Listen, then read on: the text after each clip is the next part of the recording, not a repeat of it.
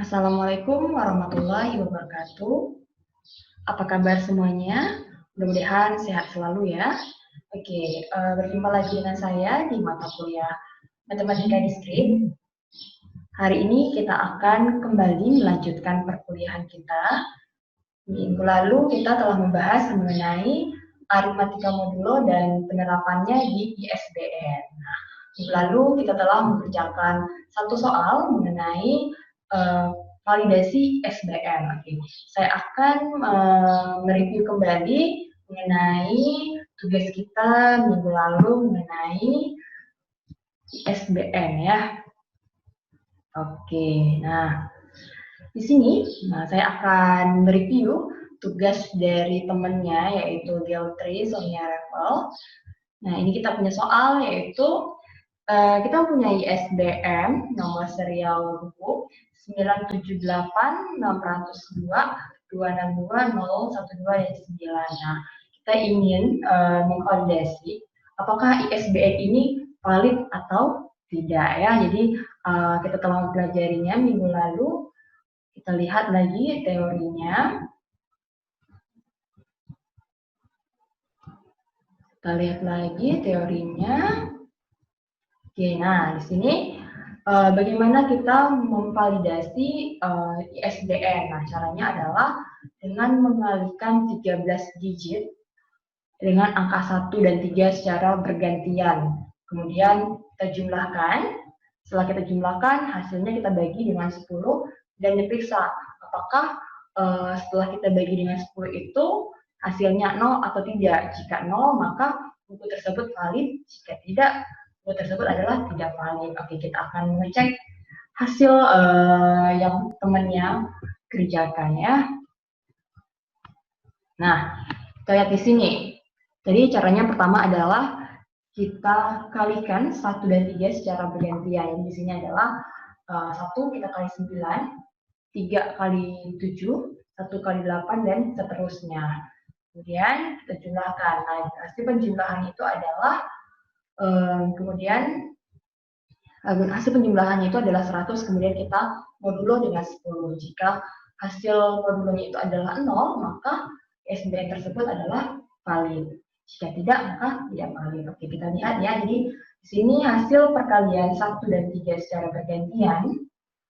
Ini hasilnya adalah 100. Kemudian kita modulo dengan 10.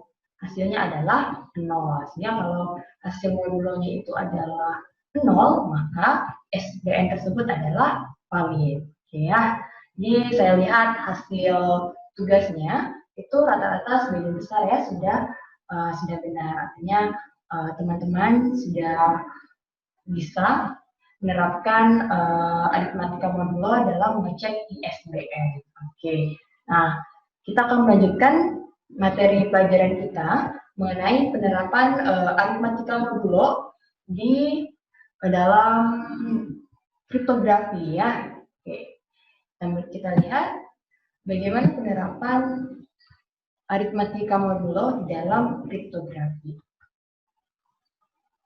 Oke, nah di sini kriptografi dari bahasa Yunani adalah artinya secret writing ya. Jadi di sini kita ada menjaga keamanan pesan dengan cara menyajikannya dalam bentuk lain yang tidak bermakna. Misalnya kita punya pesan, kita sandikan dalam bentuk yang orang lain sudah tidak tahu lagi maknanya. Tujuannya itu adalah agar bersifat rahasia ya, jadi tidak bisa dibaca oleh pihak lain yang tidak berhak gitu. Jadi tidak dibaca oleh pihak lain yang tidak berwenang untuk membacanya. Oke. Nah, di sini kita nanti ada dua istilah, yaitu ada hypertext dan plain text. Jadi plain text itu adalah informasi yang dapat dibaca dan dimengerti oleh manusia. Jadi kita baca dan kita mengerti maknanya. Nah, kemudian ada istilahnya hypertext. Nah, hypertext itu adalah pesan yang sudah disajikan. Jadi dia sudah tidak memiliki makna lagi. Jadi orang-orang tidak bisa membacanya. Nah, contohnya seperti ini ya. Kita punya plain text, culik anak itu jam 11 siang. Nah, setelah kita sandikan menjadi hypertext.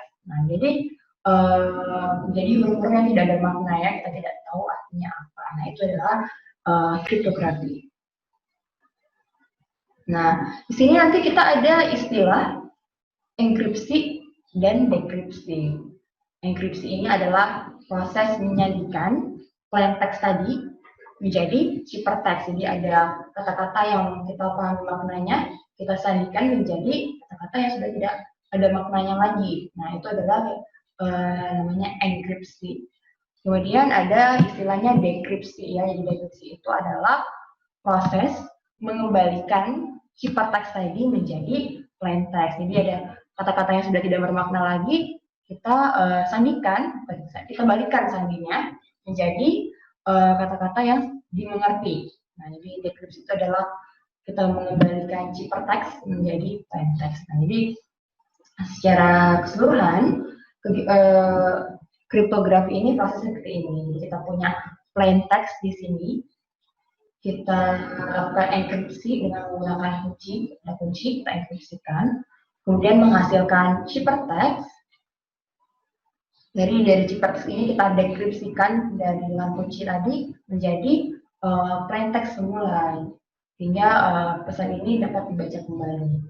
Itulah proses kriptografi ya.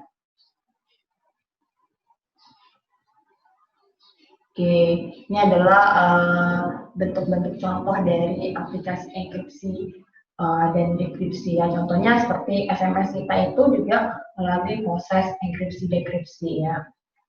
Jadi pengiriman data melalui saluran komunikasi, misalnya SMS, pesan itu sebenarnya di saat pengirimannya itu kita ubah menjadi ciphertext, kemudian diterima oleh receiver menjadi plain text semua. Jadi sebenarnya saya mengirim SMS ke teman.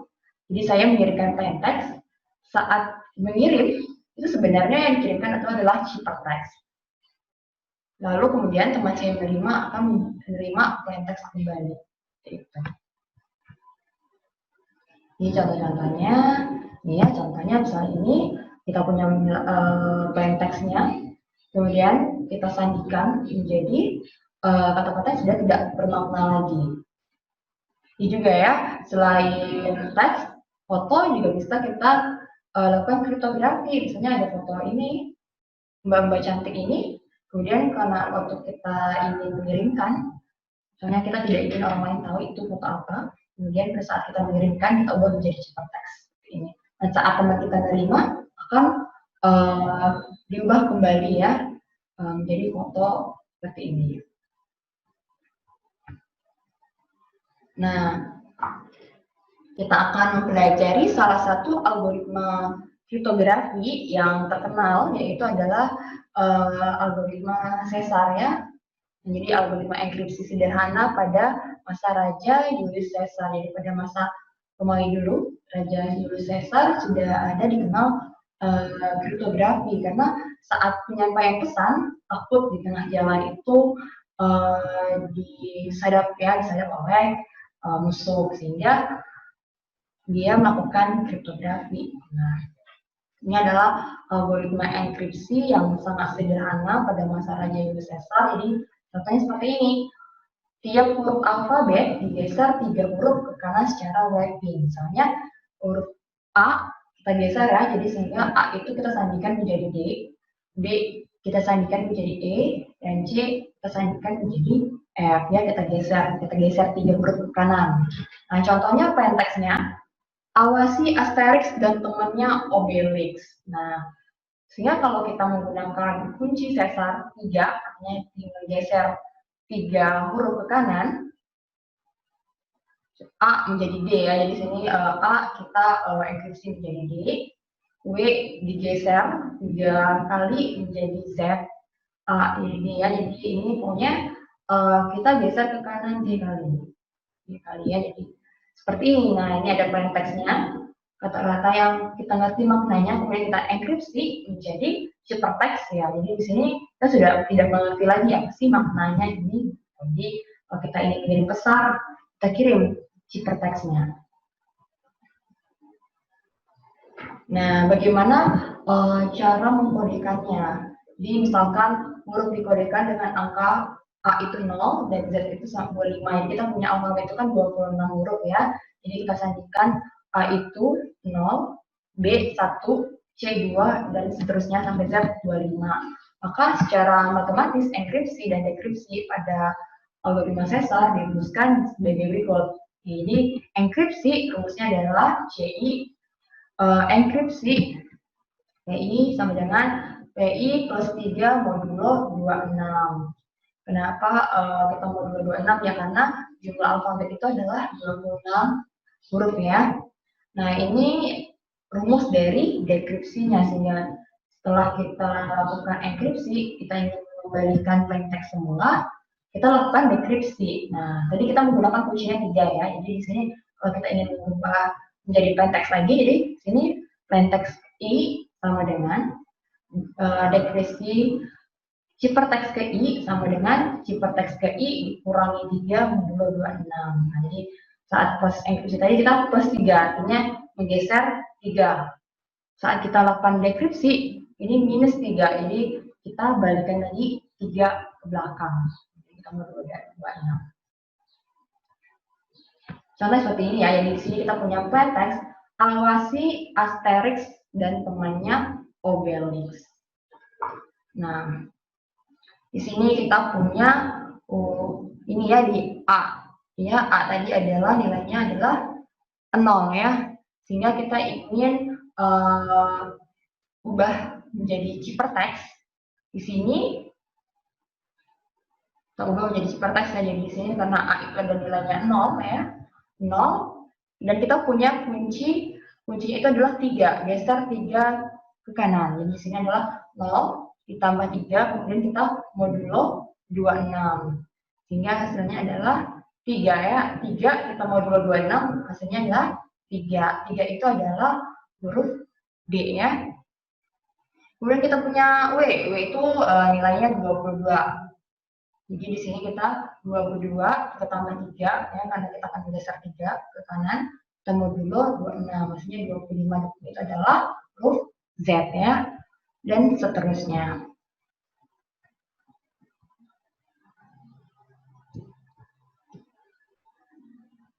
Oke, dan seterusnya.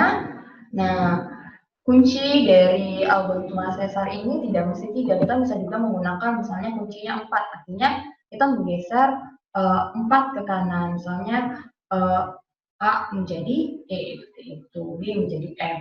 Nah ini ya, jadi rumusnya jika pergeseran sejauh K, maka di sini kita tambahkan K. K itu kuncinya berapa? Misalnya pergeseran 4, tapi di sini ada 4. Pergeseran 5, di sini 5, seperti itu. Ini bentuk dari programmingnya ya. Kalau seandainya kita ingin melakukan programming dari algoritma Caesar, silakan rekan-rekan dicoba secara mandiri untuk programming algoritma Caesar ini ya, menggunakan C++ aja. Oke, ada lagi contoh lain, yaitu adalah algoritma RSA ya. Jadi ini algoritmanya agak ini ya, lebih advance dari algoritma Caesar. Karena kalau kita menggunakan algoritma Caesar, kita menggunakan kunci enkripsi dan dekripsi itu sama. Nah, kalau algoritma RSA, dia itu menggunakan kriptografi asimetri, artinya kunci enkripsi sama dekripsinya itu berbeda. Oke. Nah, minggu depan kita akan membahas mengenai algoritma RSA. Namun sebelumnya, untuk supaya kita lebih memahami algoritma Caesar, saya telah menyiapkan beberapa pertanyaan yang rekan-rekan harus jawab dalam waktu 1 jam ya. Pengerjaannya adalah 1 jam. Silakan diakses LMS-nya. Sana telah disediakan beberapa pertanyaan mengenai algoritma Caesar. Jika rekan-rekan ada kendala, silakan ajukan pertanyaan di dalam forum diskusi di LMS-nya ya. Oke, sampai jumpa minggu depan. Semoga sehat selalu, stay safe ya semuanya. Assalamualaikum warahmatullahi wabarakatuh.